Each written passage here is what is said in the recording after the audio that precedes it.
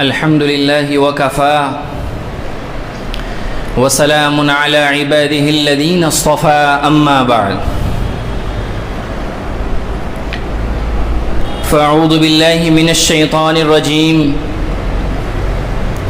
بسم الله الرحمن الرحيم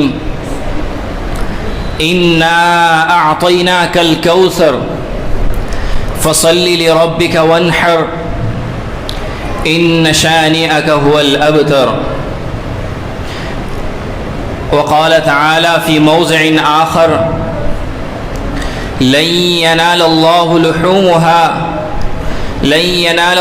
لحومها ولا دماؤها ولكن يناله التقوى منكم صدق الله العظيم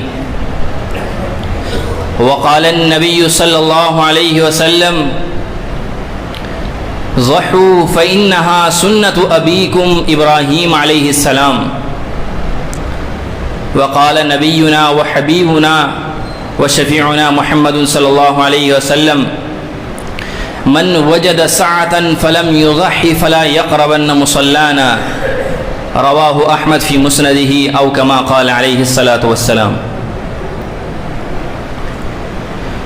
میرے محترم بزرگوں اور دینی بھائیوں، اللہ رب العزت کا ہم کیسے شکریہ ادا کریں، اس کا شکر کیسے بجا لائیں کہ اس نے ہم کو عید الاضحیٰ کی شکل میں یہ خوبصورت موقع عنایت کیا ہے۔ دنیا کے اندر جتنی بھی قومیں آباد ہیں، جتنے بھی ریلیجنز ہیں، دھرم ہے، مذہب ہیں، تمام کے اندر تہوار موجود ہیں۔ آپ کسی بھی قوم کو دیکھیے، کسی بھی مذہب کو دیکھیے تو اس کے اندر تہوار ضرور ملیں گے۔ اسی طریقے سے مسلمانوں کو بھی اللہ تبارک و تعالیٰ نے دو تہوار عطا فرمائے ہیں، دو عیدیں عطا فرمائی۔ سرکار دو عالم صلی اللہ علیہ وسلم جب مکے سے ہجرت کر کے مدینہ تشریف لے گئے اور مدینہ آپ سیٹل ہو گئے تو آپ نے مدینے کے لوگوں کو، جن کو انصار مدینہ، انصاری صحابی کہا جاتا تھا، ان کو دیکھا کہ وہ سال میں 2 مرتبہ 2 دن میں کھاتے ہیں، پیتے ہیں، خوشی مناتے ہیں، یعنی گویا کہ سیلیبریٹ کرتے ہیں، ایک سیلیبریشن کی شکل میں اس کو مناتے ہیں۔ تو سرکار دو عالم صلی اللہ علیہ وسلم نے ان سے پوچھا ما ہذان الیومان، کہ یہ جو 2 دن ہیں جن میں تم کھاتے ہو، پیتے ہو اور خوشی کا اظہار کرتے ہو، ایک دوسرے کے ساتھ خوشی سے پیش آتے ہو، ان دونوں دنوں کی حقیقت کیا ہے، یعنی ان کی ہسٹری، اتہاس کیا ہے؟ تو جب صحابہ نے جواب دیا، انصاری صحابہ نے جواب دیا کہ کننا نلعب فیہما فی الجاہلیہ یا رسول اللہ، کہ اے اللہ کے نبی، ہم ان 2 دنوں میں زمانہ جاہلیت سے کھاتے پیتے آ رہے ہیں اور ان کو تہوار کی شکل میں مناتے ہوئے آ رہے ہیں۔ ایک کو نیروز کہتے ہیں اور ایک کو مہرجان کہتے ہیں۔ اللہ کے نبی صلی اللہ علیہ وسلم نے فرمایا کہ اللہ رب العزت تم کو ان 2 تہوار کے بدلے میں 2 خوبصورت، ان سے بہتر تہوار عطا فرماتا ہے۔ ایک کا نام عید الفطر ہے اور دوسرے کا نام عید الاضحیٰ ہے۔ تو یہ عید الفطر اور عید الاضحیٰ کی تاریخ اور ہسٹری ہے کہ عید الاضحیٰ کی شروعات کہاں سے ہوئی۔ عید الاضحیٰ کو ہم عید قرباں کہتے ہیں، یعنی قربانی والی عید۔ اس میں ہم اپنے جانوروں کو قربان کرتے ہیں۔ آپ غور کیجئے کہ قربانی کا کیا مطلب ہے، قربانی سے ہم کیا سمجھتے ہیں۔ قربانی کا مطلب یہ نہیں ہے، صرف یہ نہیں ہے کہ ہم جانوروں کو قربان کر رہے ہیں۔ قربانی کا مطلب یہ ہے کہ ہم اپنی تمام انا کو، اپنے حسد کو، اپنے کینے کو، اپنے بغض کو جو ہمارے دلوں کے اندر ہے، اپنی نفرت کو، اپنی کدورت کو، اپنی سرکشی کو، اپنی ساری نافرمانی کو اللہ رب العزت کی اطاعت کے سامنے قربان کر دیں۔ یہ اصل قربانی ہوتی ہے۔ قربانی کا یہ مفہوم ہے۔ قربانی چونکہ ایک کمپریہنسو ورڈ ہے، ایک بہت بڑا لفظ ہے، جامع معنی لفظ ہے، تو قربانی الگ الگ طریقے کی ہوتی ہے۔ آپ دیکھ رہے ہیں، آپ اس بلڈنگ کے اندر بیٹھے ہیں، اس بلڈنگ کے اندر سریے ہیں، سیمنٹس ہیں اور اینٹ وغیرہ ہیں، کیا یہ تمام چیزیں بھی ایک مرحلے سے گزر کر اس شیپ کے اندر آئی ہے؟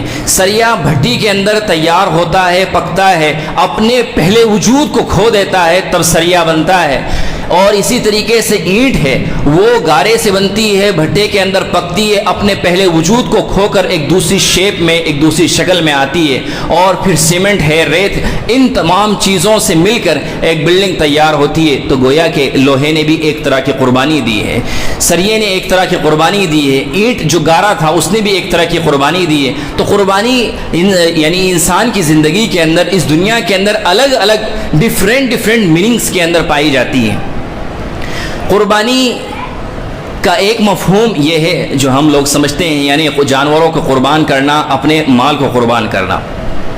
قربانی کے تعلق سے حضرات صحابہ کرام نے اللہ کے نبی صلی اللہ علیہ وسلم سے پوچھا، ما ہی الاضاحی یا رسول اللہ، اے اللہ کے رسول، ہم یہ جو قربانی کر رہے ہیں، آپ نے جو قربانی کا حکم دیا ہے، یہ قربانی کرتے ہیں، یہ اس کی حقیقت کیا ہے؟ یعنی ہم ایسا کیوں کرتے ہیں؟ تو اللہ کے نبی صلی اللہ علیہ وسلم نے فرمایا، یہ سنت ابیکم ابراہیم علیہ السلام، کہ یہ تمہارے جد امجد، تمہارے دادا حضرت ابراہیم علیہ السلام کی سنت ہے۔ یعنی قربانی کا جو طریقہ ہے کہ جانور کو قربان کرنا، اس شیپ کے اندر، اس فارم کے اندر جو قربانی کا پریویلیشن ہوا ہے، قربانی کا رواج پڑا ہے، یہ حضرت ابراہیم علیہ السلام سے شروع ہوا ہے۔ قربانی پہلے بھی پائی جاتی تھی، الگ الگ میننگ کے اندر، الگ الگ فارم میں پائی جاتی تھی، مگر اس طریقے سے قربانی کا جو رواج ہوا ہے وہ حضرت ابراہیم علیہ السلام کی اس شروعات سے ہوا ہے۔ حضرت آدم علیہ السلام کی بارے میں آتا ہے کہ حضرت آدم علیہ السلام کے زمانے میں بھی قربانی پائی جاتی تھی۔ ان کے زمانے میں قربانی کا طریقہ تھوڑا سا ڈیفرنٹ تھا، الگ تھا۔ ان کے بارے میں آتا ہے کہ جب حضرت آدم علیہ السلام کی امت میں کسی شخص کا قربانی کرنے کا ارادہ ہوتا تھا تو وہ اپنا گوشت یا اپنا جانور جس کو وہ قربان کرنا چاہتا تھا اللہ کے لیے، ایک اسپیسیفک، ایک مخصوص جگہ پر لے جا کر رکھ دیا کرتا تھا، یا کھڑا کر دیتا تھا، چھوڑ دیتا تھا۔ آسمان سے ایک آگ آتی تھی، اس کو نگل جاتی تھی، اپنے ساتھ نگل کر لے جاتی تھی، یا اس کو وہیں جلا کر بھسم کر دیتی تھی۔ تو یہ قربانی کی اس زمانے میں مقبولیت کی علامت ہوتی تھی۔ آپ نے حضرت آدم کے دو بیٹے حابیل اور قابیل کا نام سنا ہوگا کہ حابیل اور قابیل نے آپس میں ایک کمپٹیشن کیا تھا، ایک آزمائش تھی۔ تو حابیل نے مینڈھے کی قربانی اللہ کے حضور پیش کی تھی، اور قابیل نے جو اناج ہوتے ہیں، اناج کا ایک حصہ وہاں پیش کیا تھا۔ تو حابیل کی جو قربانی تھی مینڈھے کی، وہ اسی مروجہ شکل میں پوری ہو گئی تھی، مگر قابیل کی قربانی، قابیل کی جو نظر تھی، قابیل کی جو قربانی تھی وہ مکمل نہیں ہوئی تھی، قبول نہیں ہوئی۔ تو اس زمانے سے چلا ہوا آ رہا ہے۔ اللہ کے نبی صلی اللہ علیہ وسلم کے زمانے میں بھی یہ موجود تھا۔ اللہ کے نبی صلی اللہ علیہ وسلم کے زمانے میں اس فارم میں یہ موجود تھا کہ جو مکے کے لوگ تھے، مشرکین مکہ، جب وہ اپنے جانور کو قربان کرتے تھے، اپنے جانور کو ذبح کر دیتے تھے، اس کو قربان کر دیتے تھے، تو وہ یہ کرتے تھے کہ اس کا جو گوشت ہوتا تھا، اس کا جو خون ہوتا تھا، اس کے خون سے کعبے کی دیوار کو پوت دیا کرتے تھے۔ کعبے کی، یعنی جو کعبہ ہے، بیت اللہ ہے، اس کی دیوار کو پوت دیا کرتے تھے، جس طرح پہلے زمانے میں آپ نے دیکھا ہو، آج بھی گاؤں میں، کہ مٹی سے فرش کو، فلور کو پوتا جاتا ہے۔ اس طریقے سے وہ خون کے ذریعے، قربانی کے خون کے ذریعے کعبے کی دیوار کو پوت دیا کرتے تھے، اور جو قربانی کا گوشت وغیرہ ہوتا تھا وہ کعبے کے دروازے پر رکھ دیا کرتے تھے۔ کیوں؟ اس لیے کہ انہوں نے یہ عقیدہ بنا لیا تھا کہ ہم یہ جو قربانی کر رہے ہیں، اس کا خون اور اس کا گوشت اللہ رب العزت کے دربار میں پہنچے گا اور قبول ہوگا۔ اللہ تبارک و تعالیٰ نے ان کے اس عقیدے کی تردید فرمائی، اس عقیدے کو ڈینائی کیا، اور فرمایا لن ینال اللہ لحومها ولا دماؤها ولکن ینالہ التقوی منکم، کہ اللہ تبارک و تعالیٰ کے یہاں تمہارے جانوروں کا خون اور اس کا گوشت نہیں پہنچتا ہے، بلکہ اللہ کے یہاں تو تمہارے دل کا تقوی پہنچتا ہے۔ تم کس دل کے ساتھ، کس نیت کے ساتھ اللہ رب العزت کے سامنے اپنے جانوروں کی قربانی کر رہے ہو، اپنے مال کی قربانی کر رہے ہو، اللہ تبارک و تعالیٰ تمہارے اس تقوی کو، تمہاری اس دل کی کنڈیشن کو دیکھنا چاہتا ہے۔ تم گوشت کا کیا کر رہے ہو، تم اس خون کا کیا کر رہے ہو، اللہ رب العزت اس کو نہیں دیکھتا ہے۔ ان اللہ لا ينظر الى صورکم، اللہ تبارک و تعالیٰ تمہاری صورتوں صورتوں کو نہیں دیکھتا ہے، ولیکن اللہ ینظر الی قلوبکم واعمالکم، اللہ تبارک و تعالیٰ تمہارے دلوں کو دیکھتا ہے کہ تمہارے دل کے اندر کیا چل رہا ہے۔ تو یہ قربانی کا ایک طریقہ اس زمانے کے اندر اس فارم میں موجود تھا۔ پھر اللہ کے نبی صلی اللہ علیہ وسلم سے جو صحابہ نے پوچھا ما ہی الاضاحی یا رسول اللہ، اے اللہ کے نبی یہ جو قربانی ہم کرتے ہیں اس کی ہسٹری کیا ہے، یعنی اس کی حقیقت کیا ہے؟ تو آپ نے جواب دیا کہ یہ تمہارے جد امجد ابراہیم علیہ السلام کی سنت ہے۔ پھر انہوں نے پوچھا وما فیہا یا رسول اللہ، کہ اے اللہ کے رسول ہم یہ جو قربانی کر رہے ہیں، ہم یہ جو قربانی میڑے کی جانور کی قربانی کر رہے ہیں اس کے بدلے ہمیں کیا ملے گا؟ تو اللہ کے نبی صلی اللہ علیہ وسلم فرماتے ہیں بکل شعرۃ حسنۃ، کہ ہر ایک بال کے بدلے میں تم کو نیکیاں اللہ تبارک و تعالیٰ کی طرف سے عطا کی جائیں گے۔ یہ قربانی کی فضیلت ہے۔ میں نے آپ حضرات کے سامنے ایک اور حدیث شریف پڑھی تھی، مسند احمد کی یہ روایت ہے، اللہ کے نبی فرماتے ہیں من وجد ساعۃ فلم یضحی فلا یقربن مصلانا، کہ جس نے گنجائش کے باوجود قربانی نہیں کی، یعنی ایک شخص ہے اللہ نے اس کو نوازا ہے، اس کو امیر بنایا ہے، مال و دولت سے نوازا ہے، گنجائش ہے، وہ اس پوزیشن میں ہے کہ قربانی کر سکتا ہے، مگر پھر بھی وہ جان بوجھ کر گنجائش کے باوجود قربانی نہ کرے، تو اللہ کے نبی صلی اللہ علیہ وسلم فرماتے ہیں فلا یقربن مصلانا، کہ وہ ہمارے عیدگاہ ہماری مسجد نماز پڑھنے کے لیے بھی نہ آئے، یعنی عید کی نماز پڑھنے کے لیے بھی نہ آئے۔ اس میں یہ حکم نہیں دیا جا رہا ہے کہ اس کو عید کی نماز نہیں پڑھنی چاہیے، بلکہ یہ اللہ کے نبی کے غصے کا اظہار ہے کہ اللہ نے جب اس کے اوپر قربانی واجب کی، اس کو نوازا اور قربانی کے لائق بنا دیا، اور پھر بھی وہ قربانی نہیں کر رہا ہے جو ایک اصل چیز ہے، تو پھر اس کو عیدگاہ آنے کی کیا ضرورت ہے؟ اس لیے کہ حدیث شریف میں آتا ہے کہ ان دنوں کے اندر، یعنی جو قربانی کے ایام ہے، ذی الحجہ کے ایام ہے، دن ہے، ان دنوں میں سب سے زیادہ اللہ کے نزدیک اگر کوئی عمل محبوب ہے، پسندیدہ ہے، تو وہ جانور کو قربان کرنا ہے۔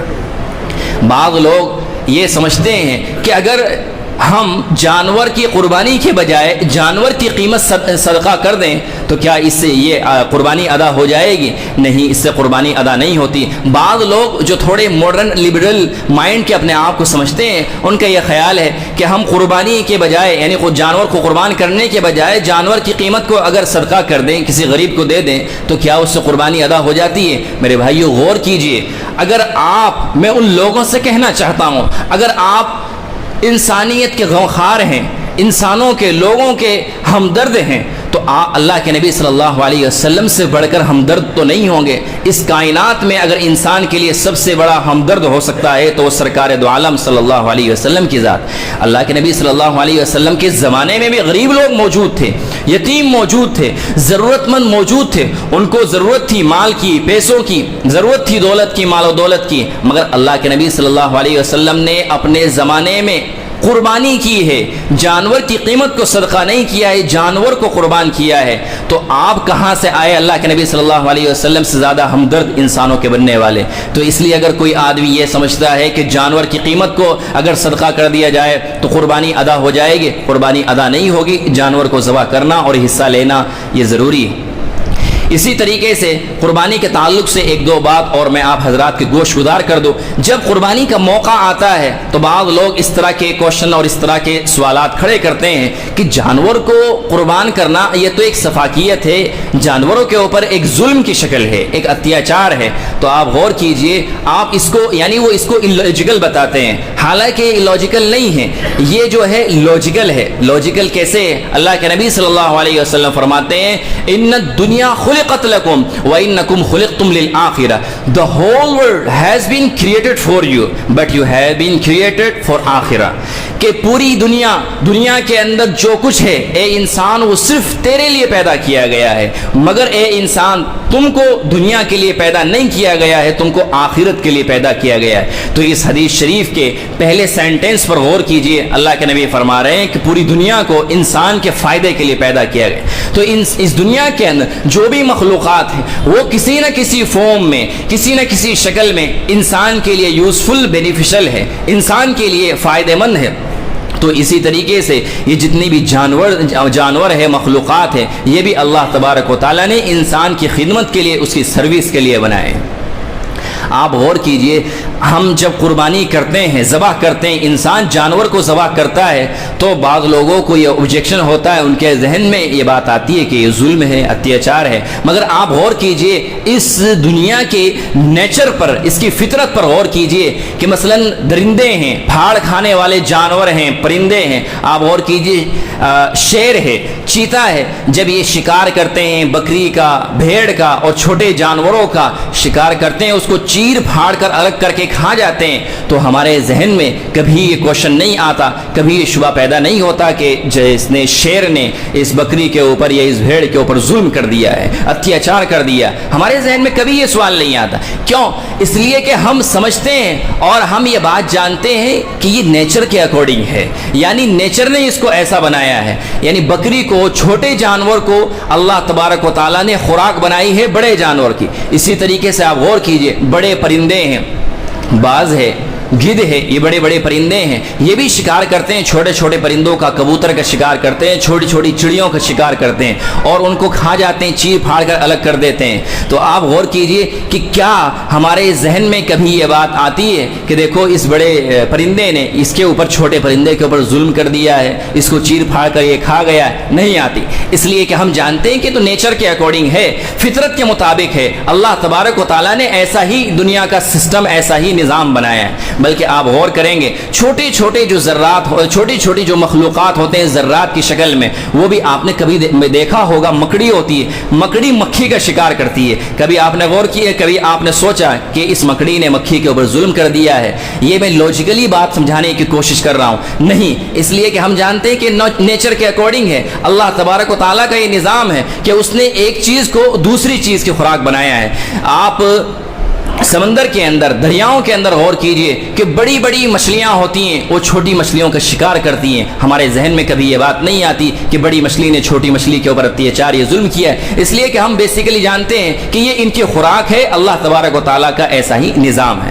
تو یہ اللہ تبارک و تعالیٰ کا ایک نظام ہے۔ بلکہ میں آپ کو اس سے آگے بڑھ کر ایک بات بتاتا ہوں کہ آج ماڈرن سائنس نے یہ پروو کر دیا ہے کہ جو ترکاریاں ہوتی ہیں، سبزیاں ہوتی ہیں، پیڑ پودے ہوتے ہیں، جس کو انسان سبزی کی شکل میں، سالن کی شکل میں بنا کر کھاتے ہیں، کہ یہ بھی جاندار ہوتی ہے، ان کے اندر بھی ایک جان ہوتی ہے، روح ہوتی ہے، یہاں تک کہ ان کے اندر میل بھی ہوتے ہیں، فیمیل بھی ہوتے ہیں۔ جو درخت ہوتے ہیں، پیڑ پودے ہوتے ہیں، ان کے اندر جس طرح نر مادہ انسان اور جانور کے اندر ہوتے ہیں، اسی طرح پیڑ پودوں کے اندر بھی نر مادہ میل اور فیمیل ہوتے ہیں۔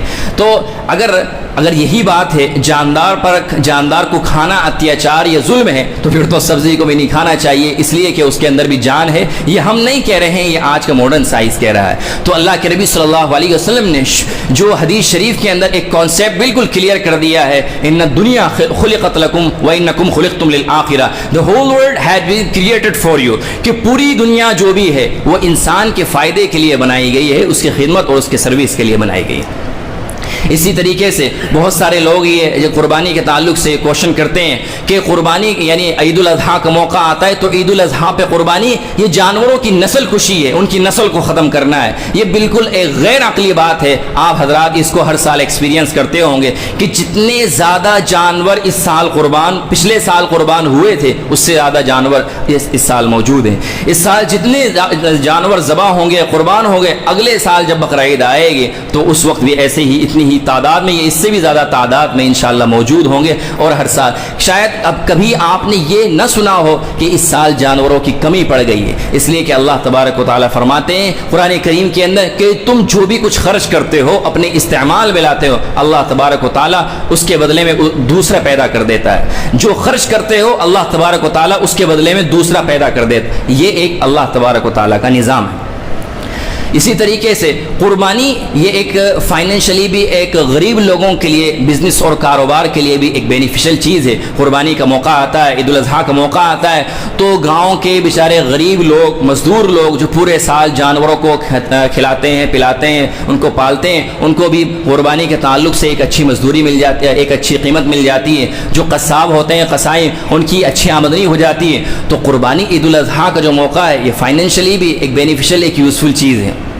بہرحال میں اس بات پر زیادہ نہیں جانا چاہتا. میں نے شروع میں بتلایا تھا کہ یہ حضرت ابراہیم علیہ السلام کی سنت ہے. آپ غور کیجئے، اس دنیا کے اندر جو بھی اللہ رب العزت کا جتنا زیادہ قریبی ہوتا ہے، جس کو جتنا زیادہ قرب نصیب ہوتا ہے، اللہ تبارک و تعالیٰ اس کو اتنا ہی زیادہ آزماتے ہیں، اس کو اتنا ہی زیادہ امتحان میں ڈالتے ہیں. اللہ تعالیٰ کے نزدیک سب سے زیادہ قریبی اور سب سے زیادہ محبوب جو ہوتے ہیں انسانوں کے اندر، وہ اللہ کے رسول اور اس کے پیغمبر ہوتے ہیں، اس کے پیغام کو پہنچانے والے. حضرت ابراہیم علیہ السلام بھی اللہ کے نبی ہیں، اللہ کے پیغمبر ہیں. اللہ تبارک و تعالیٰ نے ان کو الگ الگ طریقے سے آزمایا اور وہ ہر آزمائش میں، ہر امتحان میں 100% کامیاب ہوئے. حضرت ابراہیم علیہ السلام کے بارے میں آتا ہے کہ جب وہ کافی عمر دراز ہو گئے، ان کے یہاں کوئی اولاد نہیں تھی، انہوں نے اللہ رب العزت سے یہ دعا کی، یا اللہ میں بوڑھا ہو چکا ہوں، میری ہڈیاں کمزور ہو گئی ہیں، ہم مجھ سے چلنا پھرنا مشکل ہو گیا ہے، آپ مجھے اولاد عطا فرما دیجیے. اللہ رب العزت نے ان کو اولاد عطا فرمائی حضرت اسماعیل علیہ السلام کی شکل میں. حضرت ہاجرہ کے پیٹ سے حضرت اسماعیل علیہ السلام پیدا ہوئے. اب جب حضرت اسماعیل علیہ السلام پیدا ہوئے تو اللہ تبارک و تعالیٰ نے ان کا امتحان لینا چاہا اور ان کو آزمائش میں ڈالا، اور ان کو یہ حکم ہوا کہ اے ابراہیم، تم اپنی بیوی کو، اپنے بچے کو فلاں علاقے میں، فلاں دور دراز علاقے میں چھوڑ کر آؤ. تو حضرت ابراہیم علیہ السلام اللہ کے اس فرمان کے مطابق اپنی بیوی حضرت ہاجرہ کو اور اپنے بیٹے حضرت اسماعیل علیہ السلام کو لے کر نکلتے ہیں، چلتے رہتے ہیں یہاں تک کہ بالکل ایک چٹیل میدان، ایک بیابان جنگل کی شکل میں ایک میدان آتا ہے، وہاں چھوڑ دیتے ہیں. جب چھوڑ کر چلنے لگتے ہیں، حضرت ہاجرہ ہاتھ پکڑ کر یہ کہتی ہے کہ ابراہیم کہاں جا رہے ہو، ہمیں یہاں چھوڑ کر کہاں جا رہے ہو؟ حضرت ابراہیم جواب دیتے ہیں کہ یہ اللہ کا حکم ہے، میں اللہ کے حکم کو پورا کر رہا ہوں. حضرت ہاجرہ کا جواب یہ ہوتا ہے، اگر اللہ کا یہی حکم ہے تو ہم اللہ کے حکم کو پورا کرنے کے لیے تیار ہیں، اگر اللہ کی یہی مرضی ہے تو پھر ہماری بھی یہی مرضی ہے. حضرت ابراہیم علیہ السلام چلے گئے، آگے چلے جاتے ہیں. قرآن کریم یہ کہتا ہے جب وہ آگے چلے جاتے ہیں تو آگے جا کر دعا کرتے ہیں، وَإِذْ قَالَ إِبْرَاهِيمُ رَبِّ اجْعَلْ هَذَا الْبَلَدَ آمِنًا وَاجْنُبْنِي وَبَنِيَّ أَن نَّعْبُدَ الْأَصْنَامَ. 13ویں پارے کے اندر 18-19 صفحے کے اوپر یہ پورا رکوع موجود ہے. اللہ تبارک و تعالیٰ نے حضرت ابراہیم، حضرت ہاجرہ اور حضرت اسماعیل کے اس پورے واقعے کی منظر کشی کی ہے. حضرت ابراہیم جب آگے بڑھتے ہیں اور ان سے آگے نکل کر چھپ جاتے ہیں تو یہ دعا کرتے ہیں، ربنا انی اسکنت من ذریتی بواد غیر ذی زرع عند بیتک المحرم. پروردگارا، میں نے اپنی اولاد کو، اپنے بچے کو، اپنی بیوی کو ایک ایسے بیابان جنگل میں بسا دیا ہے کہ جہاں پانی کا نام و نشان نہیں ہے، جہاں پر سبزے کا ہریالی کا کوئی نام و نشان نہیں ہے، جہاں پر انسان کا ایک بچہ بھی نظر نہیں آتا ہے. میں نے اپنی بیوی کو، اپنے بچے کو، اپنے اہل و عیال کو ایسے جنگل میں چھوڑ کر آ گیا ہوں، ایسے جنگل میں بسا دیا ہے. یا اللہ، میری دعا یہ ہے کہ آپ ان کو ایسا بنائیے کہ وہ نماز قائم کرے، ان کے دل دین کی طرف جھکیں، وَارْزُقْهُم مِّنَ الثَّمَرَاتِ، کہ ان کو پھلوں سے رزق عطا فرمائیے. یہ حضرت ابراہیم علیہ السلام نے آگے جا کر دعا کی، اور اس میں کہ یہ دعا بھی کی جو آخری دعا ہے کہ یا اللہ ان کو پھلوں میں سے، فروٹس میں سے رزق عطا فرمائیے. یہ جو علاقہ تھا جہاں پر حضرت ابراہیم، اسماعیل اور حضرت ہاجرہ کو چھوڑ کر آئے تھے، یہ وہ علاقہ ہے جہاں آج مکہ آباد ہے، جہاں کعبہ آباد ہے.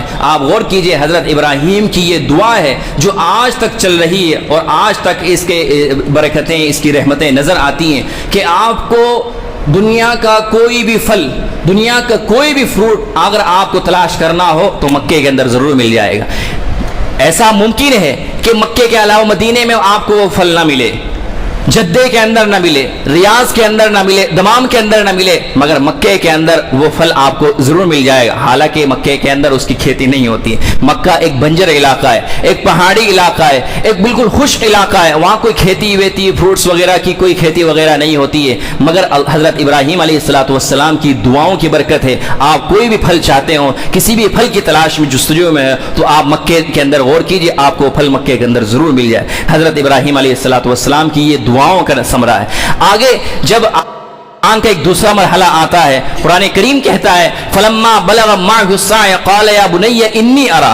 یہاں پر رک کر میں پیچھے مڑ کر ایک بات اور عرض کرنا چاہتا ہوں کہ جب حضرت ابراہیم چھوڑ کر چلے گئے, اب حضرت ہاجرہ اور حضرت اسماعیل اکیلے, تھوڑا سا کھجور تھوڑا سا پانی جو حضرت ابراہیم ان کو دے کر گئے تھے وہ آخر وہ کب تک چلتا, کتنے دنوں تک باقی رہتا, بالآخر وہ ختم ہو گیا. اب نہ پانی ہے, نہ پینے کے لیے کچھ ہے, نہ کھانے کے لیے کچھ ہے. اب حضرت اسماعیل پیاس کی وجہ سے بلک رہے ہیں, تڑپ رہے ہیں, چھوٹے سے بالکل دودھ پیتے بچے ہیں, پیاس کی وجہ سے تڑپ رہے ہیں, پانی نہیں ہے. حضرت ہاجرہ کو ان کی یہ کنڈیشن دیکھی نہیں جاتی, سب طرف چاروں طرف جہاں بھی وہ نظر اٹھاتی ہے تو بالکل بیابان جنگل موجود ہے. یہ قرآن کریم کہہ رہا بوادٍ غیر ذی زرع عند بیتک المحرم. حضرت ہاجرہ پانی کی تلاش میں دوڑتی ہیں. قرآن کریم کہتا ہے کہ وہ کبھی جاتی ہیں صفا کی طرف, کبھی جاتی ہے مرو کی طرف, کبھی جاتی ہے صفا کی طرف. صفا ایک پہاڑی کا نام ہے, مرو بھی ایک پہاڑی کا نام ہے. قرآن کریم کے اندر ان کا ذکر موجود ہے, ان الصفا والمروہ من شعائر اللہ, کہ صفا اور مروہ یہ دونوں کی دونوں پہاڑیاں اللہ کی شعائر میں سے, شعائر اسلام میں سے. کبھی وہ صفا کی طرف جا رہی ہیں, کبھی وہ مروہ کی طرف جا رہی ہیں. صفا کی طرف جاتی ہیں تو دل میں یہ خیال آتا ہے, ڈر لگتا ہے کہ میرا بچہ اکیلا ہے, کہیں ایسا نہ ہو کہ اس کو کوئی بھیڑیا اٹھا کر لے جائے یا کوئی اٹھا کر لے جائے اور اس کو ہلاک کر دے. پھر وہ مرو کی طرف پھر وہ دوڑ کر آتی ہیں, بچے کو دیکھتی ہیں, پانی نہیں ملتا ہے تو پھر صفا کی طرف جاتی ہیں. صفا سے پھر اسی خوف کے اندر واپس آتی ہے, بچے کو دیکھتی ہیں, پھر دوبارہ مروہ کی طرف جاتی ہے. اسی طریقے سے وہ 7 چکر لگاتے ہیں, 7 چکر لگاتی ہے. اللہ رب العزت کو ان کی یہ حرکت, ان کا یہ عمل اس قدر پسند آیا. حاجی جب حج کرتا ہے, حاجی کا حج تب تک مکمل نہیں ہو سکتا جب تک کہ وہ صفا اور مروہ کے درمیان سعی نہ کر لیں. حاجی جب حج کرتا ہے وہ بھی اسی طریقے سے صفا اور مروہ کے درمیان سعی کرتا ہے, دوڑ لگاتا ہے کہ جیسے ہزاروں سال پہلے حضرت ہاجرہ علیہ السلام نے اپنے بیٹے کی پیاس کے لیے دوڑ لگائی تھی.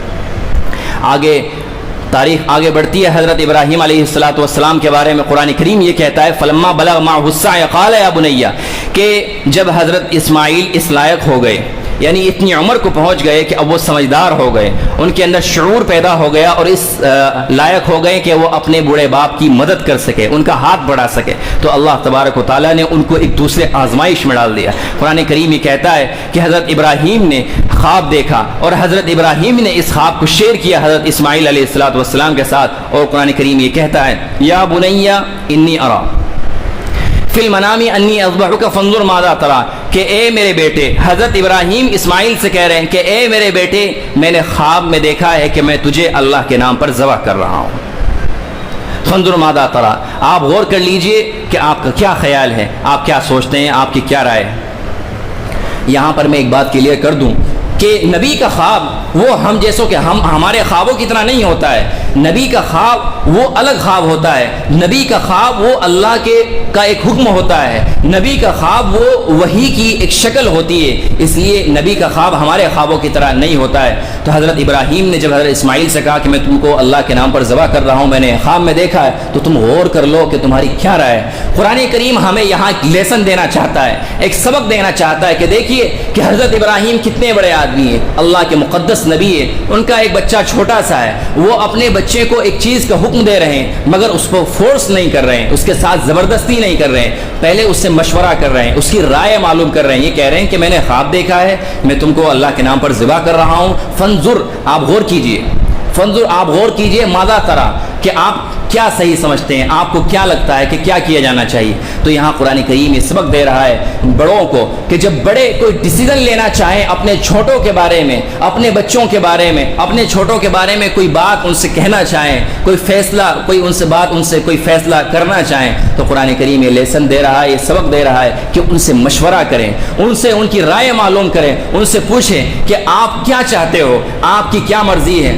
آج کل ہم دیکھتے ہیں بعض لوگوں کو جو بڑے ہوتے ہیں وہ اپنے بڑے پن کا ناجائز فائدہ اٹھاتے ہیں, قرآن کریم کے اس سبق سے بھٹکنے کی کوشش کرتے ہیں اور کہتے ہیں کہ بس ہم نے جو کہہ دیا یہی حق ہے, یہی صداقت ہے, اس کے علاوہ کوئی صداقت نہیں ہے, بس آپ کو یہی کرنا ہے. یہ جو بات ہے, یہ جو ہماری سوچ ہے, ہمارا خیال ہے, یہ قرآن کریم کے اسپرٹ کے اکارڈنگ نہیں ہے، قرآن کریم کی روح کے مطابق نہیں۔ بہرحال آگے بات بڑھتی ہے، حضرت اسماعیل علیہ السلام کیا جواب دیتے ہیں؟ یا ابت فعل ما تؤمر، کہ ابا جان آپ کو جو حکم ہوا ہے آپ اس کو کر ڈالیے، آپ میری بات کر رہے ہیں، ستجدنی انشاءاللہ من الصابرین، آپ دیکھیں گے کہ میں انشاءاللہ پورے طریقے پر صبر کروں گا، آپ مجھے صبر کرنے والا پائیں۔ بہرحال حضرت ابراہیم حضرت حاجرہ کو کہتے ہیں کہ اسماعیل کو تیار کراؤ، مجھے کہیں لے کر جانا ہے۔ حضرت حاجرہ اسماعیل کو تیار کر دیتی ہیں، حضرت ابراہیم اسماعیل کو لے کر چلتے ہیں تو راستے میں شیطان 3 مرتبہ بہکانے کی کوشش کرتا ہے اور ابراہیم کے پاس آ کر کہتا ہے کہ ابراہیم یہ تم کیا کر رہے ہو؟ ایک خواب کی وجہ سے اپنے بیٹے کو قربان کرنا چاہتے ہو، ایک خواب کی وجہ سے اپنے بیٹے کی گردن پر چھری چلانا چاہتے ہو، یہ کیا بے عقلی کی بات ہے۔ حضرت ابراہیم کنکر اٹھاتے ہیں اور کنکر مار دیتے ہیں۔ حضرت ابراہیم کا یہ عمل اللہ رب العزت کو اتنا پسند آیا، 3 مقامات پر جہاں پر انہوں نے شیطان کو کنکر مارا، ان کو جمرہ اولا، جمرہ وسطیٰ اور جمرہ عقبہ کہتے ہیں۔ حاجی جب حج کرتا ہے ان 3 مقامات کے اوپر اسی طرح کنکری مارتا ہے جس طرح حضرت ابراہیم نے شیطان کو کنکری ماری تھی۔ تو میں نے ایک بات آپ سے کہی تھی کہ حج اور قربانی یہ ایک داستان ہے، یہ ایک عشق و محبت، یہ عشق و محبت کا ایک امتحان ہے، اس کی ایک شکل ہے، اس کی روح کے اندر، اس کی تہ میں جب کوئی جاتا ہے تو اس کو یہی بات سمجھ میں آتی ہے کہ اللہ تبارک و تعالیٰ ان کے عشق کو، ان کی محبت کو آزمانا چاہتے ہیں۔ بہرحال جب حضرت ابراہیم اسماعیل تیار ہو گئے، فلما اسلما وتلہ للجبین، جب دونوں تیار ہو گئے، قرآن کریم کہتا ہے اور حضرت ابراہیم نے اسماعیل کو پیشانی کے بل لٹا دیا، اب وہ چھری چلا رہے ہیں، چھری چلنے کے لیے تیار نہیں، اوپر سے وحی آتی ہے، حضرت جبرائیل علیہ السلام وحی لے کر آتے ہیں، قد صدقت الرؤیا یا ابراہیم قد صدقت الرؤیا، کہ ابراہیم تم نے اپنا خواب سچ کر دکھایا،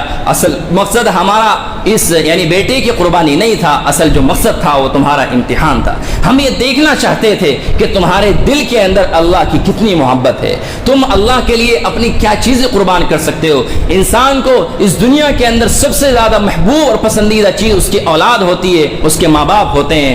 اللہ تبارک و تعالیٰ نے ان کا اسی لیے امتحان لیا کہ میں دیکھنا چاہتا تھا کہ تمہارے اندر اسماعیل کی محبت زیادہ ہے یا ہماری محبت زیادہ ہے، کیا تم اپنے مال کو قربان کر سکتے ہو، اپنے بیٹے کو قربان کر سکتے ہو ہمارے لیے؟ یہ وفدیناہ بذبح عظیم، لو یہ میڑا حاضر ہے، اس میڑے کی قربانی کرو، تم اپنے امتحان کے اندر، تم اپنے آزمائش کے اندر 100% کامیاب ہو گئے۔